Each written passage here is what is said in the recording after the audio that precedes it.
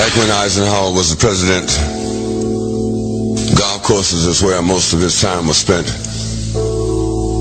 So I never really listened to what the president said, because in general I believed that the general was politically dead. But he always seemed to know when the muscles were about to be flexed. Because I remember him saying something, mumbling something about a military-industrial complex. As I have walked among the desperate, rejected, and angry young men, I have told them that Molotov cocktails and rifles would not solve their problems. I have tried to offer them my deepest compassion while maintaining my conviction that social change comes most meaningfully through nonviolent action. But they asked, and rightly so, what about Vietnam? They asked if our own nation wasn't using massive doses of violence to solve its problem, bring about the changes it wanted. Their questions hit home, and I knew that I could never again raise my voice against the violence of the oppressed in the ghettos without having first spoken clearly to the greatest purveyor of violence in the world today, my own government. For the sake of those boys, for the sake of this government, for the sake of the hundreds of thousands trembling under our violence, I cannot be silent. Each one. I cannot be silent. Nobody can do everything, but everybody can do something. Everyone must play a part. Everyone's got to go to work. Work for peace. I cannot be silent. Empowering the body, mind, and spirit. This is We Cannot Be Silent with Phil Restino and Larry Pinkney.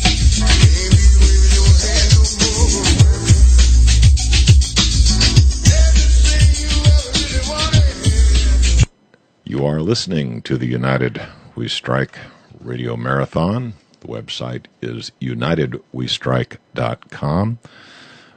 We just had a presentation, a little round table impromptu to fill a slot. But now, as the intro music would have you believe, we're about to hear the presentation titled We Cannot Be Silent with Phil Restino. Normally we have Larry Pinkney chiming in with Phil, but today he's got a different guest. I'm going to let him do the introductions. Phil, it's all yours. Well, thank you, Gary, and thank you to UnitedWeStrike.com for once again putting on the monthly marathon. Don't buy, don't comply, ask why. And welcome everybody to another broadcast of We Cannot Be Silent with Phil Restino and Larry Pinkney. And Larry's unable to make today's program, but this is actually our second anniversary. We've been on the air for 2 years. It was January 2012 that we had our first broadcast on UnitedWeStrike.com, and I'm really thrilled that we're still going, and UnitedWeStrike.com is getting stronger and stronger. My name is Phil Restino. I'm one of the co-hosts, and as I mentioned, Larry Pinkney, the other co-host, is not able to make today's program, but we have a special guest, actually guests, plural. We have with us today Kathy Bracewell, who is the coordinator of the East Central Florida chapter of Code Pink, Women for Peace, and has been since 2005. And with Kathy is her son, Brett Bracewell, a very strong activist in his own right. Brett is a member of We Are Change Orlando, and has done excellent work over the years as far as activism, anti-war activism, and 9/11 truth. And, you know, as we've mentioned before on United We Strike, and this program in particular, 9/11 truth should be anti-war. It's the reason for the war, is the 9/11 lie. So you would think if you were anti-war, you would be looking to get the truth out about 9/11. But don't get me started, as they say. But welcome, folks. At this point in time, I'd like to introduce Kathy Bracewell and let her give a little bit of a background on herself and what she's been doing in activism over the years. We realize this is just a half-hour program today, so I wanted to emphasize that for both Kathy and Brett. But at this point in time, folks, I'm going to turn it over to Kathy Bracewell. Kathy? Well, thank you, Phil, and good evening, everyone. I'm Kathy Bracewell. I'm the coordinator for Code Pink of East Central Florida, as Phil mentioned. I have been an anti-war activist all of my life, especially it started out during Vietnam when my brother was over in Vietnam, and I was a student at the University of Wisconsin-Madison. I was very active in the anti-war protests back then, and was always an advocate for social justice. My major was sociology and a minor in art, so I've always been interested in the society and social well-being of all segments of society. I'm now involved in healthcare. I'm an RN. Fast forward to the present day. I've been a mom for years. I have 2 sons, and I got out of the activist part of my life for a while, raising my 2 sons. But when this broke out with the invasion of Iraq, and especially the shock and awe, got my attention, and I just felt like I had to do something. I just couldn't do nothing. I could not just sit there and listen to this and do nothing. So by this time I was hanging around with Phil, and he was my good buddy, and his mother actually told me about Code Pink and thought I might be interested, and indeed I was, because it was all about making the public aware through theater, music, dance, color, and as I mentioned, I'm an artist of sorts. I always have been. It was right up my alley. So this was the end of 2005, and that I got involved. And Phil and I was a supporter of Veterans for Peace of Central Florida all the way. Phil was the coordinator for that. And we started a weekly anti-war protest here in Daytona Beach. And we were out there every Thursday night, and we have been all this time, every Thursday night, rain or shine, all kinds of weather, heat, cold, whatever, we're there. I've made many, many signs throughout the years. I've painted them, and I've come with my Code Pink attire. We actually had quite a few members at first, and the women for Peace were out on the corner with me, and then the numbers dwindled off when Obama took office.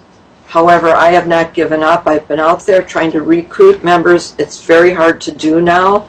It's become harder to do, I've noticed, over the past few years. However, I will not give up, and I think the name of the game is not to give up. Well, that's a little bit about me, so I'm going to turn it back over to Phil. Well, thank you, Kathy. And we have been out there every Thursday night here in Daytona Beach since late 2005. And, before we pass it off to Brett Bracewell, I do want to say this. It's the end of the year, and a lot of the anti-war organizations, the national anti-war organizations, are saying that they've been in existence for their 10-year anniversary, like they're proud of it. And to me, they should be ashamed of it. 10 years. It's nothing to be proud of. The point is to stop the wars. And we've really got things mixed up here, and I believe, well, anyone who's listened to our program before and could stand listening to me for a little bit will know that the national leadership of these anti-war organizations, through their actions, have demonstrated, or inactions rather, that they are not doing all they can to stop these wars. They're more about the organization than they are the purpose of the organization. But I better get off the soapbox, and our next speaker is going to be Brett Bracewell. As I mentioned, Brett is well, we call ourselves Team Restino. Yeah, I was going to mention that. Yeah, Kathy thought that up because we do the weekly anti-war event here in Daytona Beach, but we don't just go there and hold signs. We pass out flyers and DVDs, and it literally takes many hours to print out the flyers, collate them, copy the DVDs, stick labels on them, stuff them into the sleeves. I mean, what a good 8 hours or so. It's like an assembly line we have going. Oh, man. It's quite a project each week, right? Each week, and then we get down there and we set up our banners and our signs. And, right. And my God, we must have handed out, what, Brett, tens of thousands of DVDs? Who knows how many? Yeah, I mean, we're in our 9th year. And again, I'm not saying that to be proud that we're in our 9th year. I'm ashamed that it's been 9 years, and these wars have not slowed down one bit. They're expanding. And well, anyway, at this point in time, we want to introduce to the listeners our third member of Team Bracetino, and that's Brett Bracewell with We Are Change Orlando. Go ahead, Brett. I've been helping Phil do whatever I can to get the word out at the corner every Thursday, protesting. And whoever else is there. I've been to some other demonstrations with Phil. I've been in New York one time and one time in Washington with Phil.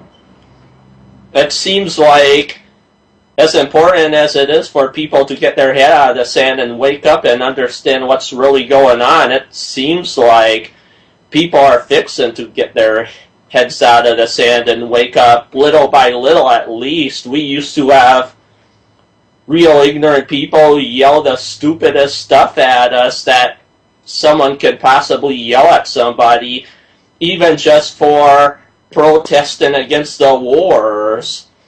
Now, even with 9/11 truth stuff, we haven't had anybody yell anything at us anymore. Now a lot of people look straight and pretend we're not there, but whenever we have a response from anybody, it's somebody that's for us. That tells me people must be waking up. It really would be great if way more people would join us. I wish way more people would, but how good it is that there hasn't been anyone yelling anything ridiculous at us, and whenever we get a response, it's somebody for us, and people want to take our DVDs and packets and stuff. How good that is definitely better than nothing. That's for sure. Thanks, Brett. And you mentioned, Brett, that we don't get much negative feedback from the people. We hand out 50 packets every week. Each one has a 9/11 Truth DVD, a compilation DVD actually that we call Questioning the U.S. War on Terror, and it has what films does it have on it, Brett? The 3 films on are Questioning the U.S. War on Terror. The New American Century, Zero, and 9/11 Follow the Money. That's right. We start off with The New American Century by Italian filmmaker Massimo Mazzucco, and he covers the project for the New American Century and the neocons, and kind of shows how they came to be, how they were in place during the 9/11 attacks, and how they ended up using 9/11 to get to the wars that they had advocated for in years prior to. And then we move into another Italian-made film, great documentary that focuses totally on the 9/11 attacks, and that film's called Zero. And very, very good film. And then following that, Native American activist John Splitting the Sky Boncourt did a brilliant presentation called 9/11 Follow the Money, where he knew it was an inside job from day one and went to work following the money that's the Wall Street interest, the financial interest, who benefited, who was in position to benefit from the attacks on 9/11 financially. So it really is a good compilation DVD, and we want to thank our friend Mark with the beard. Mark, we won't say his last name without his permission, but he was a fellow that would drive by week after week on his way home from work, and then one day pulled into the parking lot and say, look, you know, I want to do more than just toot the horn and give you a thumbs up. Right. What can I help you with? And he's the fellow that had these skills and put that compilation DVD together for us, and we're very thankful to him. But here we are in a new year, guys. It's 2014, and as I mentioned just before, you know, we're getting these emails from the Code Pink, U.S. Labor Against the War, Veterans for Peace, the same old, the world can't wait. And it's almost like they're proud of themselves that they've been fighting the war, you know, these wars for 10 years now. I mean, like it's something to be proud of. And this is far too long. We never dreamt it would go on this long. We thought people would be waking up pretty darn quick and that these wars would be ending. Well, at that time it was the war in Iraq. Mm-hmm. We didn't even go, we didn't have Afghanistan, Pakistan, Libya. We had none of the.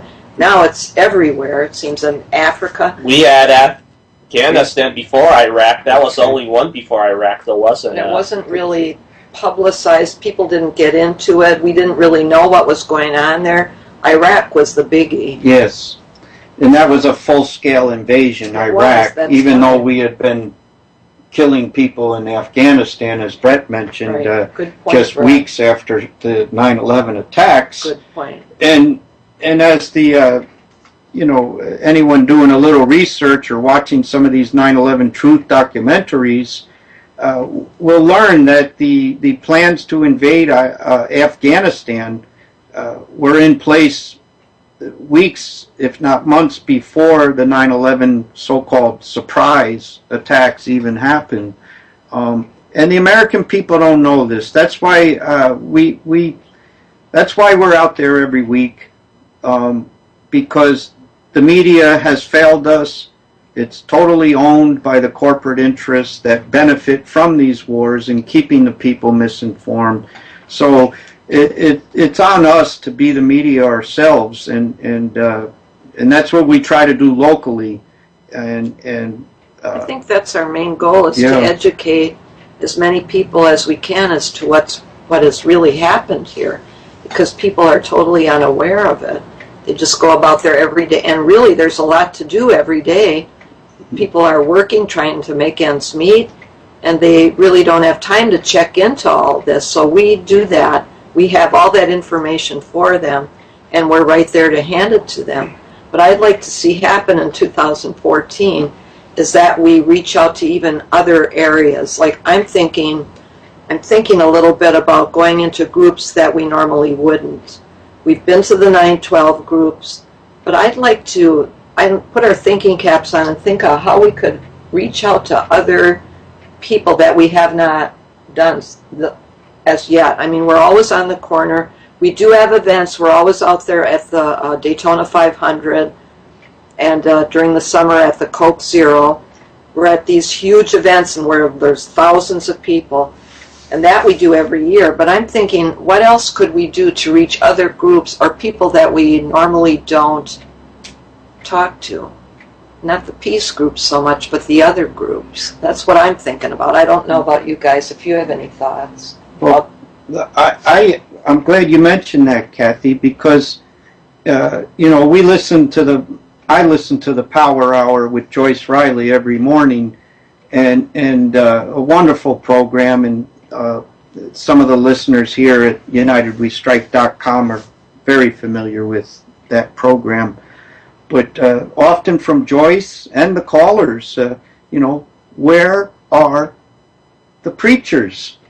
Where are the religious leaders? What would Jesus do? Right. I mean, the torture, the murder, that's going on in our name, Exactly. and they remain silent.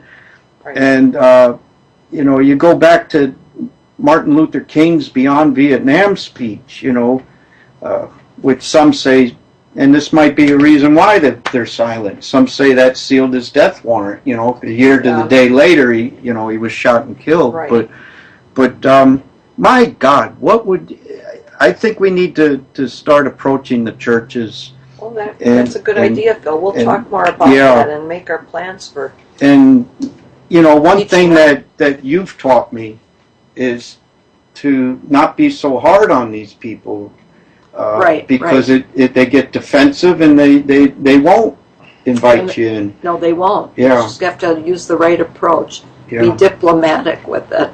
Kind of the softer, kinder approach to get people to open up to this at all. To even open their minds to what we have to say.